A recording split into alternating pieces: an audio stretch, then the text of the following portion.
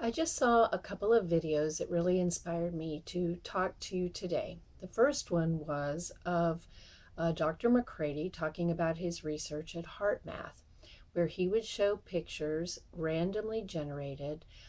Some were positive and some would strike a very negative emotional response in people. And he was measuring the heart waves, the brain, and what he actually realized was is the heart knew before the negative pictures even shown would be shown that they were going to be negative pictures. So that is basically the heart being able to know beyond time and space what's happening, things that are happening before they're even happening. The second thing that I happened to see today was where the Dalai Lama and Deepak Chopra were having a dialogue.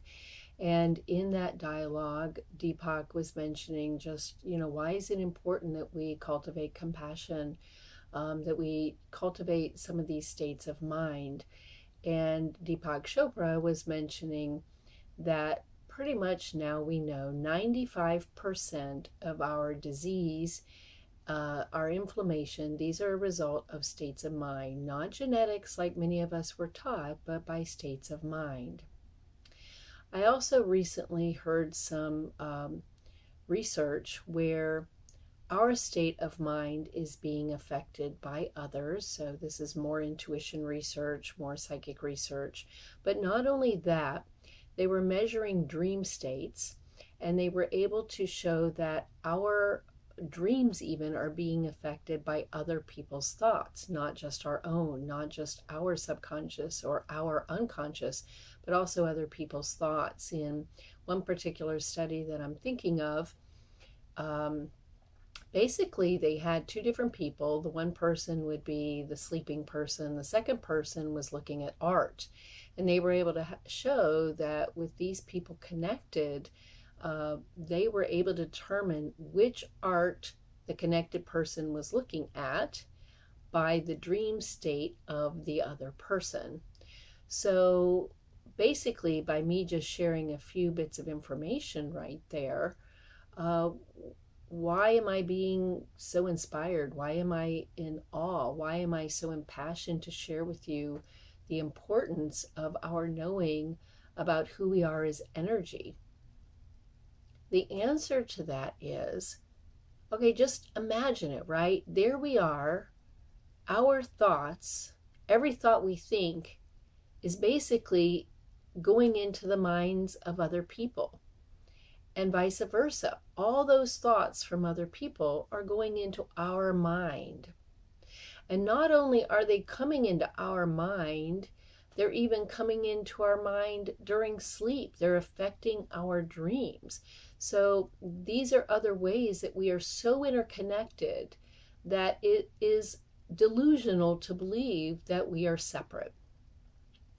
And the ramifications of that are huge. If 95% at least, of what's happening in our bodies and our ill health are because of our states of mind, how much of that is from us and how much of that is from other people?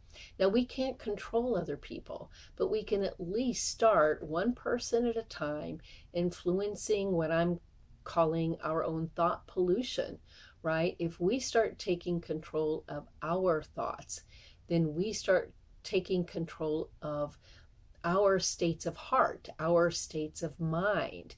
And it's these inner states that are influencing our state of health and well-being more than our genetics and more than anybody has ever thought before. Now, why might that be so? Because technically what it boils down to is every thought we think is sending out a vibration of energy. No matter how quantum small or quantum large, it's sending out vibrations of energy waves. And these waves have substance. That's the whole thing about quantum. We realize that everything we think is a thing is really a bundle of energy. And the more mass it has, sometimes the more energy it has. The faster that it's vibrating, the more energy that it has. But this world that we see is a world of energy. That's the whole thing about the quantum revolution. This is a world of energy.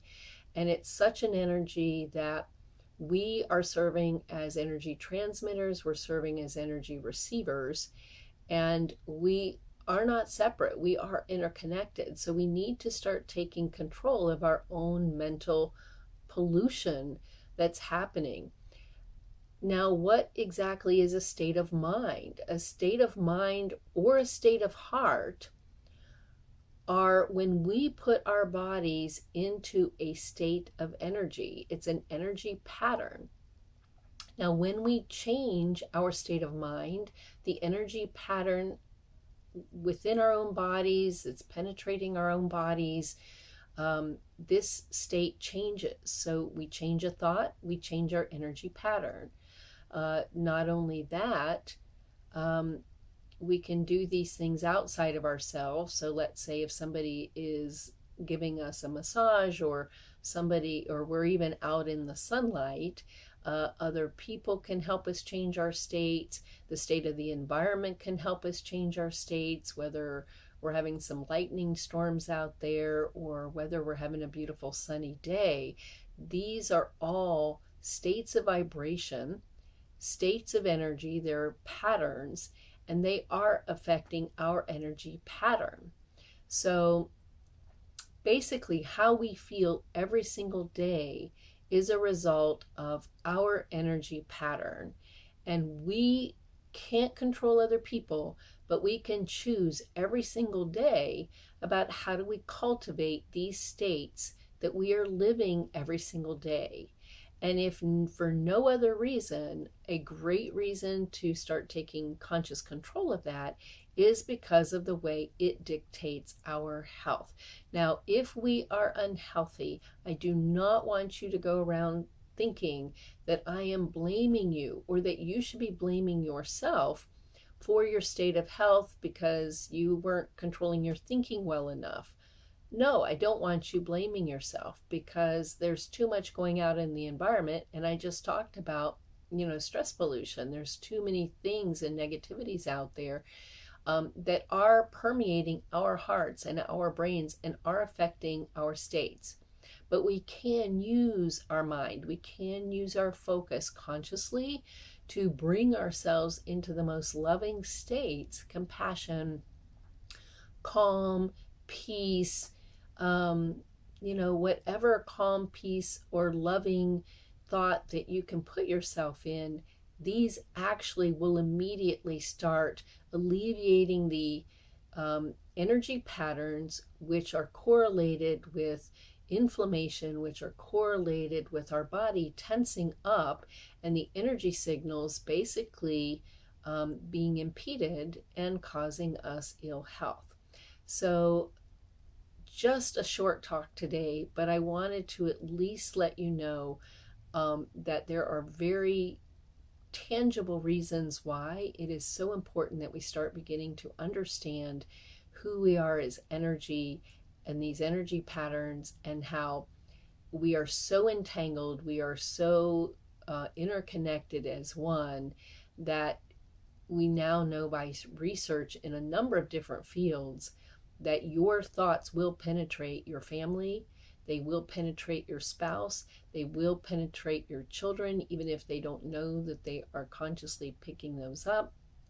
Even if, it's all subconscious, you are affecting your family, you're affecting your neighbors, you are affecting your friends. And it's time we all started helping each other lighten up, right? Not weighing ourselves down. It's time to lighten up. And we can certainly do this by learning how to take conscious control of our mental and heart states.